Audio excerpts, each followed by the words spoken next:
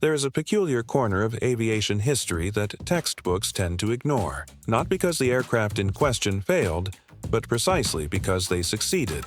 These are the machines that looked like engineering mistakes, the prototypes that made seasoned pilots raise an eyebrow before climbing into the cockpit, the flying objects that challenged every intuitive notion of what an airplane was supposed to look like. They were odd, they were bold, and against all reasonable expectations, they actually worked.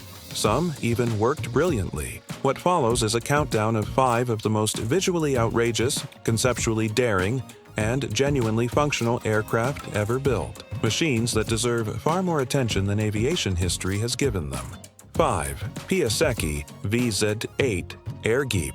If someone handed you a napkin and asked you to sketch a flying Jeep, you would almost certainly produce something closer to a science fiction prop than an actual aircraft. Frank Piasecki did not care. In the late 1950s, under contract with the United States Army, his company delivered exactly that. A vehicle that looked like someone had removed the wheels from a military Jeep, bolted 2 ducted rotors to either end of the chassis, and pushed it off a cliff to see what happened. Remarkably, it flew. The VZ-8 Air Jeep was designed around a concept the Army desperately wanted to explore, a low-altitude scout vehicle that soldiers could operate without formal pilot training, flying just above the treetops and terrain to avoid radar detection. The aircraft used 2 tandem-ducted propellers, essentially large fans enclosed in shrouded housings, which provided both lift and forward thrust. The pilot controlled direction through differential pitch changes between the 2 rotor systems, and the whole contraption sat close enough to the ground that a crash landing was more embarrassing than fatal. Technically, the Air Jeep was a tandem-ducted fan VTOL aircraft. Early versions used a single Lycoming engine producing around 425 horsepower.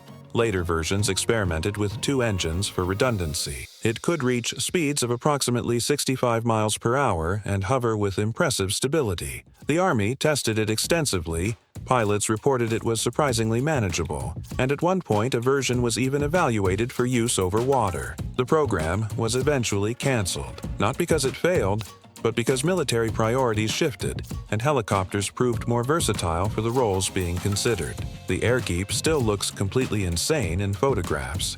It also genuinely flew. 4. Edgeley Optica. The Edgeley Optica looks less like an airplane and more like a dragonfly that attended an industrial design school. Developed in Britain during the early 1980s by John Edgeley, this aircraft was built around a single obsessive premise: give the pilot the best possible field of view for low-speed observation work. Everything else was secondary to that goal. The result was a machine with a bulbous, all-glass spherical nose pod mounted ahead of a ducted fan-pusher propeller and twin tail booms, an arrangement so visually unusual that people regularly stopped to stare at it on the ground. The Optica's ducted fan was driven by a 260-horsepower Lycoming engine and allowed the aircraft to fly at extraordinarily slow speeds, as low as 60 miles per hour in cruise, without stalling. This was the point. Conventional light aircraft at such speeds become sluggish and dangerous.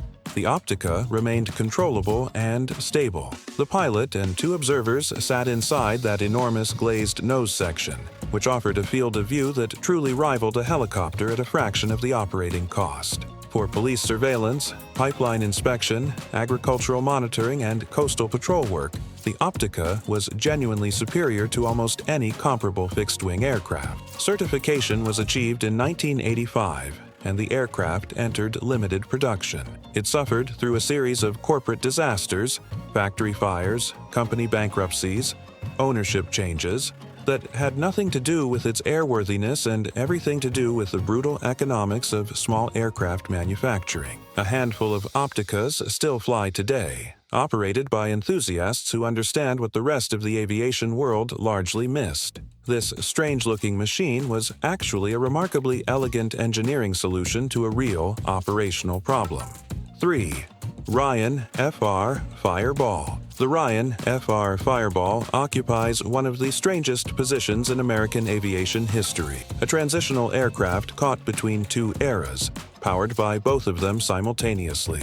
Developed during the final years of World War II and introduced in 1945, the Fireball was designed to address a genuine operational dilemma facing the United States Navy. Jet engines offered dramatic speed advantages but were dangerously unreliable and fuel-hungry, making them poorly suited for carrier operations where a failed engine meant a very short flight ending in the Pacific Ocean.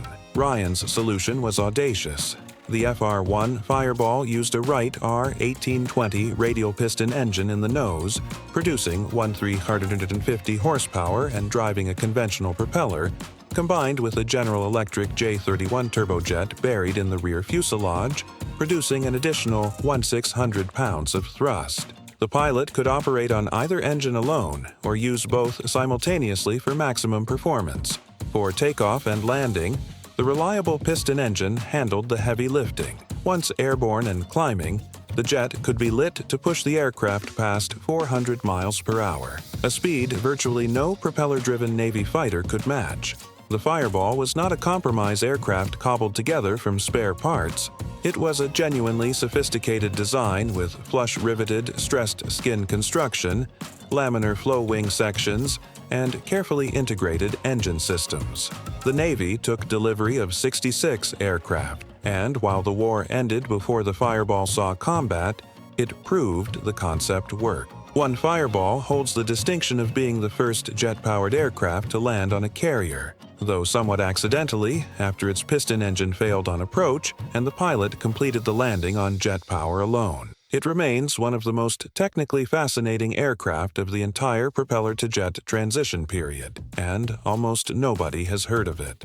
2. Aero Spaceline's Super Guppy. There are large aircraft, and then there is the Super Guppy, a machine so grotesquely oversized that seeing one in person produces a genuine sense of cognitive dissonance, as though the laws of physics are being politely bent to accommodate something that has no business flying. The fuselage of the Super Guppy measured 25 feet in interior diameter and over 111 feet in length, creating a cargo hold volume of approximately 49,790 cubic feet. To put that in perspective, the Super Guppy could swallow entire rocket stages, aircraft fuselage sections, and space shuttle components whole. It looked like a flying whale that had eaten a building. The aircraft originated in the early 1960s when NASA and aerospace contractors faced a logistical nightmare. How do you transport enormous rocket components? Saturn V stages, for instance, from manufacturing facilities to launch sites when no cargo aircraft in existence was remotely large enough to carry them. Aerospace Lines, under engineer John Conroy, came up with the solution of grafting a massively enlarged upper fuselage onto the airframe of a Boeing 377 Stratocruiser, itself already a large aircraft. The result was the original pregnant Guppy, later developed into the far more capable Super Guppy turbine, powered by 4 Allison 501 D22C turboprop engines, each producing around 14,912 equivalent shaft horsepower. The Super Guppy's nose section hinged open entirely to allow front-loading of oversized cargo, a feature that sounds simple until you consider the engineering required to maintain structural integrity across that hinge while supporting an aircraft that weighed over 170 pounds fully loaded. The Super Guppy flew for decades in NASA service, transporting components for the Apollo program, Skylab, and later the International Space Station. Airbus eventually acquired a fleet of purpose-built successors, the Beluga series, directly inspired by the Super Guppy concept. One original Super Guppy turbine still flies for NASA today, making it one of the oldest turboprop aircraft still in operational service anywhere in the world. 1. PZL M15 Belphegor. Nothing on this list, nothing in the broader history of aviation, arguably, quite prepares you for the PZL M15 Belphegor. Built in Poland during the 1970s under a Soviet-era agricultural contract, the Belphegor is the only jet-powered biplane ever to enter serial production in human history. Read that again. A jet biplane, built for crop dusting, in Poland, during the Cold War, Every word of that sentence is accurate, and the aircraft looks exactly as you would expect given all of those constraints operating simultaneously. The M-15 was developed in response to a Soviet requirement for a replacement to the aging Antonov An-2, a massive radial engine biplane that had been the workhorse of agricultural aviation across the Eastern Bloc for decades. Soviet planners decided, for reasons that remain somewhat opaque, that a jet-powered replacement would be superior, offering faster turnaround times between runs, simpler maintenance without complex piston engine systems, and lower pilot workload. PZL was tasked with designing this aircraft, and what emerged was a biplane configuration with the jet engine, an Ivchenko AI-25 turbofan producing 3,307 pounds of thrust, mounted in a nacelle above the fuselage on a pylon between the wings, while enormous chemical hoppers flanked the fuselage in place of streamlined fairings.